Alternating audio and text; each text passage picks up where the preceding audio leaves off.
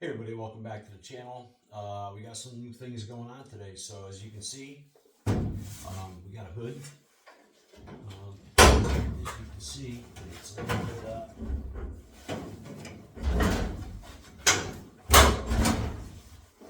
hey, ta-da! So we got a car. Looking pretty good. The alignment's not too bad. I'm gonna come over and take a look. Hold on a second here to look at what's going on. So had to take some cross measurements. We started here and we measured from right there in that corner to right here on this bump stop. So when I measured it up, I was a half an inch off coming this way. So I was able to square up the radiator support here. Get the hood on the car, because when I first put the hood on the car, I could not get it to align. So watched a video on YouTube. Thanks for the power of YouTube. I found a guy who did a Malibu, and he squared up his front end. I forget the name of the channel. I wish I did, so I can give him a shout out. Maybe I'll do it in the next video. But yeah, it was almost like squaring up a box. You know, if you're building a box and you don't measure the corners, you're not going to have a square box. So that's what was going on. The front end wasn't squared up. So now that it's squared up, the hood closes, and we're that much closer. So we actually have a car. Like I said, I'm glad I took the gamble, because I didn't know if this car was going to be able to ever be back on the road because of the repairs that it needed. And again, we got this repair going on over here, which I'm going to be fixing up shortly here. Probably put some Bondo or some fiberglass in there to cover up the weld. And the same back here. We'll be covering that up.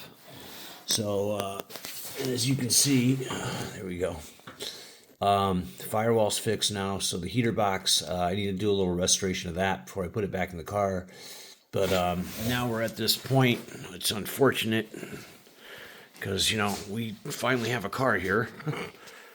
You know, we got a front end, we got a hood, we got fenders, everything is good, but we got to rip it all back apart one more time, so we can get the heater box mounted in there. I'm not going to do it with the fender on, it's just too much of a pain. So we'll take care of that. We'll get the heater box in there, we'll get the outer box and the blower motor mounted on the firewall. And then after that happens, we will be putting the fender back on and the hood back on. Well, the fender back on, and at that point, we'll be ready to rebuild that motor and drop it in here. So it's coming up pretty quick. Let's take another look at what I did over here. So we went this route with this. Not the prettiest repair, but I got a full floorboard for it, and it's unfortunate because here where I live, I can't weld in the garage. Can't risk the spark and the flame. So I just needed a temporary repair for the time being, so I can get the brake lines on this car, get some brakes, so I can get this car moving. If not, I'd be totally held up until the springtime, until, you know, daylight savings changes and I can come home from work and actually weld outside. So in the spring, we might rip the car back apart and put the full floorboard in here. But for now, this is going to work out pretty good. We've got fiberglass on both sides. We've got some metal underneath it. So that should definitely solve my hole in the floor problem. As you can see, there's a hole right here in the middle, and that's where the seatbelt goes, so hopefully there'll be no interference there. I don't think there will be, and it's coming along, guys. We're you know, here we go. We got a car, which I wasn't sure if we were going to have one or not. Sorry about that, because of the you know, the structural body damage, but we're back in business. So like I said, here's the one-time look of the car back together.